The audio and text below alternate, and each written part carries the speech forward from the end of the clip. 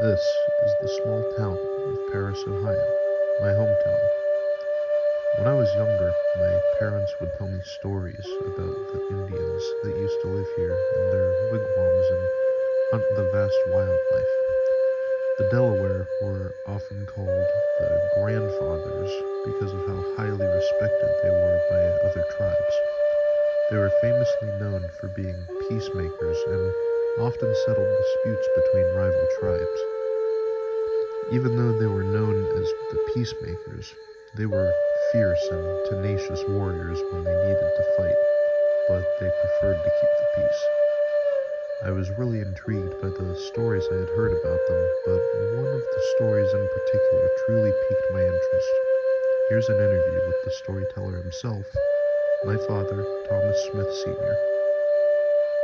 What do you know about the history of this land? Well, I know that around the late 1700s, our land used to be inhabited by Indians, more specifically the Delaware Indians. But it wasn't long before these Indians were escorted out by the French explorers. And if I'm not mistaken, it was Robert La Salle and his crew who tried to bribe them off the land with alcohol, which the Indians called liquid fire. Um, and of course, other valuables that the Indians found adorable. And if that didn't work, they threatened them until they left. They pretty much took control of all this land, and then the French started farming, mining, trading, making a name for themselves here.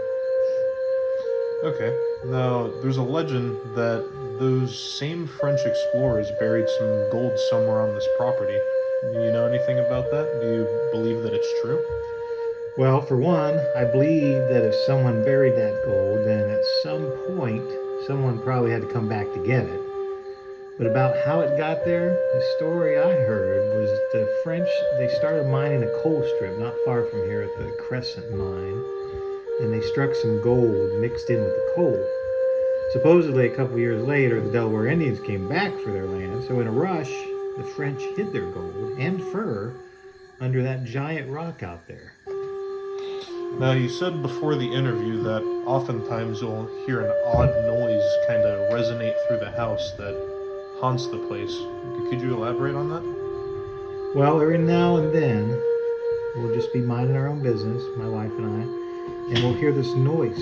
It sort of reverberates through the house.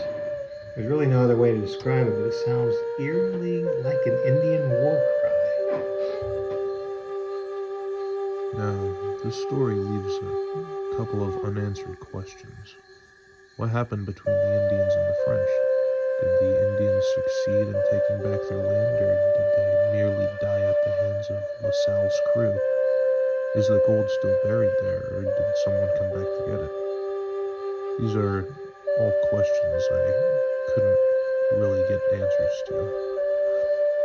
However, in the woods by the old abandoned Crescent Mine, I was able to find a bunch of broken bottles and old dilapidated shoes, which only really adds to the confusion of what really went on here.